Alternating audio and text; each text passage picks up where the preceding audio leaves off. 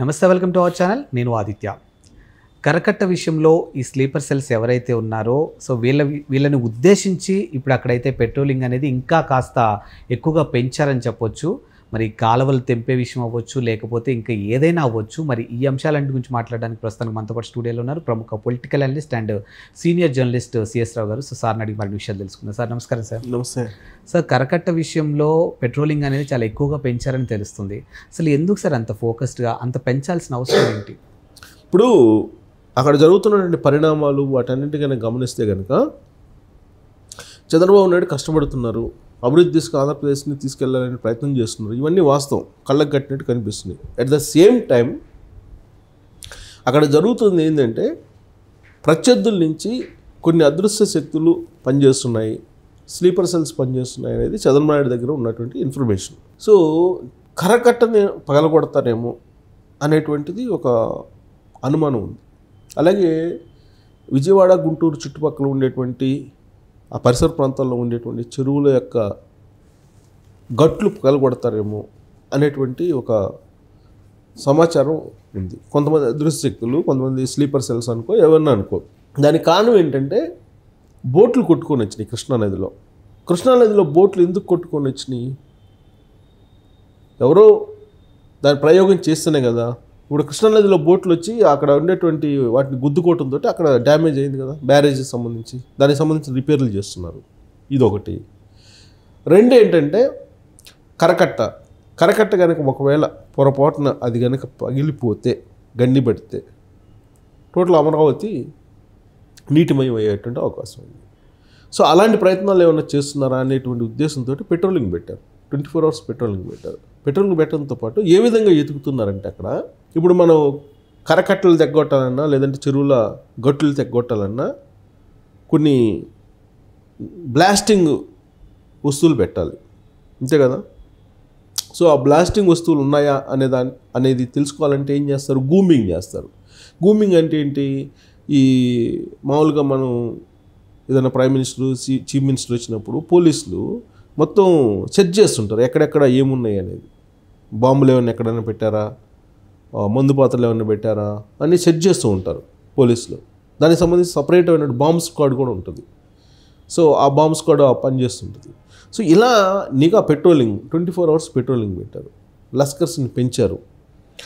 So ఎందుకు పెంచారు అని అంటే ఒక ప్రమాదకరమైనటువంటి సిచ్యువేషన్ వచ్చింది కాబట్టి. ఇప్పుడు బుడమేరు కట్ట తెగిపోయింది, గండిపడింది, దాని కారణంగానే ఇదంతా జరిగింది కదా.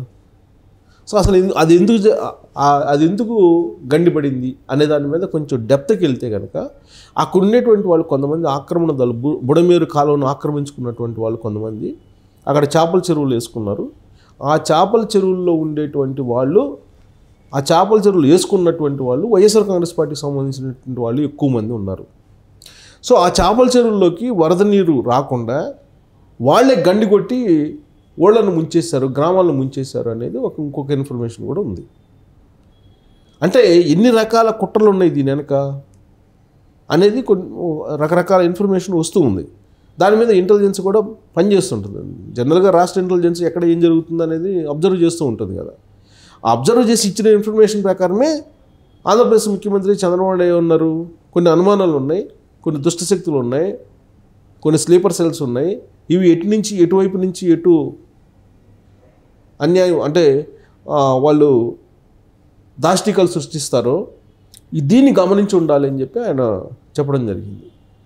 ఎందుకు చెప్పారంటే ఈ వరుసగా జరుగుతున్న సంఘటనలు 2019లో జగన్మోహన్ రెడ్డి అధికారంలోకి వచ్చిన తర్వాత ప్రతిపక్ష నాయకుడిగా ఎవరున్నారు? చంద్రబాబు నాయుడు ఉన్నారు.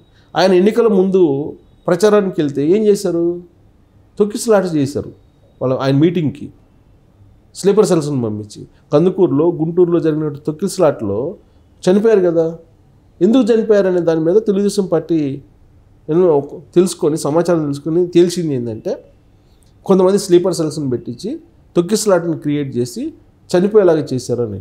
ఆ 2 సభల్లో చనిపోయిన తర్వాత తొక్కిసలాట జరిగి జీవో నెంబర్ 1 తీసుకొచ్చి అసలు సభలే పెట్టుకోవడానికి లేదు చంద్రబాబు నాయుడు అని చెప్పి ఆ రోజు ఉన్నటువంటి జగన్మోహన్ రెడ్డి ప్రభుత్వం కొన్ని నిషేధాజ్ఞలు పెట్టింది కదా. సో ఆ రోజు నుంచి స్లీపర్ సెల్స్ మీద చంద్రబాబు నాయుడుకి అనుమానం ఉంది. అధికారంలోకి రాగలిగారు ఎట్టకేలకు. బీజేపీ, జనసేన, తెలుగుదేశం పార్టీ కూటమికి ఏర్పడి ఎట్టకేలకు జగన్మోహన్ రెడ్డిని దించగలిగారు. ప్రజలు కూడా జగన్మోహన్ రెడ్డిని తిరస్కరించారు. అధికారంలోకి వచ్చిన తర్వాత చంద్రబాబు నాయుడు ముఖ్యమంత్రి అయిన తర్వాత గత 2 నెలల నుంచి జరుగుతున్నటువంటి కొన్ని సంఘటనలు తీసుకుంటే ఇవి కొన్ని స్లీపర్ సెల్స్ వెనకుండి చేపిస్తున్నటువంటి పనులు అనేటువంటి అనుమానం ప్రభుత్వంలో ఉంది. మర్డర్లు కానీ, రేపులు కానీ, గంజాయికి సంబంధించినటువంటి వ్యవహారాలు కానీ ఇవన్నీ కూడా కొన్ని స్లీపర్ సెల్స్ చేస్తున్నటువంటి పనులు అనేది ఒకటి ఉంది. ఈవెన్ అక్కడ మొన్న ఈ మధ్య ఫ్యాక్టరీలో జరిగినటువంటి ప్రమాదం కూడా దాని వెనక కూడా ఏదో హిడెన్ ఎజెండా ఉంది అనేటువంటి అనుమానం ఉంది వరుసగా జరుగుతున్న సంఘటనల మీద. ఇప్పుడు విజయవాడ మునిగిపోవడానికి కారణం ఎవరు అని అంటే చంద్రబాబు నాయుడు మీద వేసేస్తున్నారు జగన్మోహన్ రెడ్డి. కానీ అక్కడ బొడమేర కట్ట దిగిపోవడానికి కారణం ఏంది? గండి పట్టడానికి ఒక చోట కాదు కదా, 3 చోట్ల గండి పడింది అంటున్నారు. మరి గండిలు ఎవడు కొట్టారు? ఒక్కసారిగా నీళ్ళు ఎందుకు వస్తాయి? గండ్లు కొడితేనే కదా ఒక్కసారిగా వచ్చేది. ఇప్పుడు గండి పడినా కానీ ఒక్కసారిగా గండి పడదు కదా, కొంచెం కొంచెం కొంచెం పెద్దదవుతుంది. ఒకసారిగా అయితే పడదు కదా. ఒకేసారి ఓళ్ళ మీద నీళ్లు పడ్డాయి అంటే అది ఖచ్చితంగా అదృశ్య శక్తులు చేసినటువంటి దాష్టికమే అనేటువంటి అభిప్రాయం ఉంది. అందుకే ఇప్పుడు కరకట్టల మీద కానీ గూమింగ్ చేస్తూ ఎక్కడెక్కడ ఏం పెట్టారు, ఒకవేళ ఏమన్నా మందు పాత్రలు అన్నీ పెట్టారా, లేదంటే కట్టలను పగలగొట్టడానికి ఏమన్నా ఇతర మందు సామాగ్రిని ఏమైనా పెట్టారా, లేదు ఏమన్నా అర్ధరాత్రి అపరాత్రి వేళ వచ్చేసి ఎవరైనా కట్టలను పగలగొడతారా, లేదు గేట్లు ఎత్తుతారా, నీటి నిర్వహణ విషయంలో వీళ్ళు పైభాగాన్ని ఏం చేస్తారు, పైభాగాన్ని పడవలు వదులుతారేమో తెలియదు. ఇప్పటికే 4 పడవలు వదిలేరు. ఇప్పుడు ఏదన్నా ఒకటో అరా కొట్టుకొనేసి అది వేరు, 4 పడవలు ఒకేసారి ఎందుకు వస్తాయి? ఎప్పుడైతే పడవలు కొట్టుకొని రావడం వెనక అదృష్ట శక్తులు ఉన్నాయి, స్లీపర్ సెల్స్ ఉన్నాయి అనగానే అప్పుడే ఆగిపోయినాయి. ఇంకా ఆ తర్వాత 4-5వ పడవ నుంచి లేదు ఇక. మరి అంతకుముందు ఎందుకు కొట్టుకొని వచ్చినాయి వరుసగా? అంటే ఇంటెలిజెన్స్ అప్రమత్తం అయ్యి సమాచారాన్ని సేకరించుకున్న తర్వాత ఇంకా దీని మీద ఇన్వెస్టిగేషన్ చేస్తే అసలు విషయాలు బయటపడతాయి అనే ఉద్దేశంతో బహుశా వాళ్ళు వెనక దగ్గుంటారు. లేదంటే ఇంకొక 5 పడవలు వచ్చిండే కదా.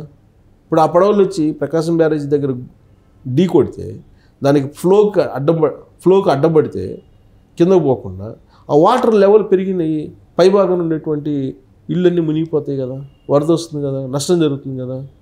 మరి ఇది ఎవరు చేశారు?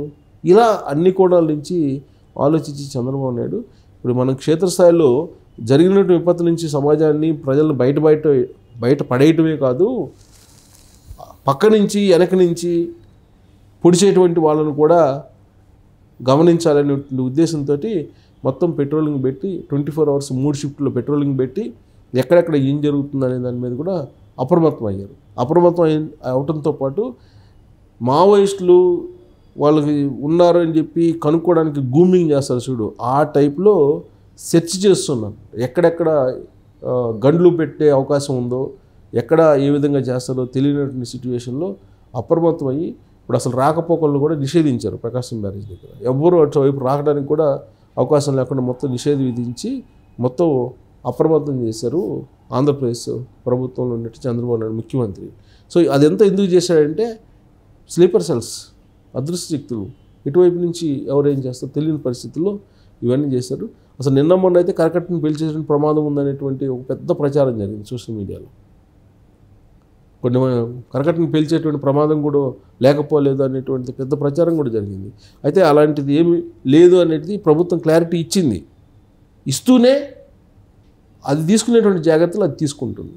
సో కాబట్టి అన్ని రకాలుగా జాగ్రత్త పడుతూ బాధితుల్ని బయటపడేసిన ప్రయత్నం చంద్రబాబు చేస్తున్నారు. సో ఎనీహౌ ఇదైతే కొంత ఈ ప్రచారం అయితే కొంత బాధ వేస్తుంది. Thank you sir. Thank you.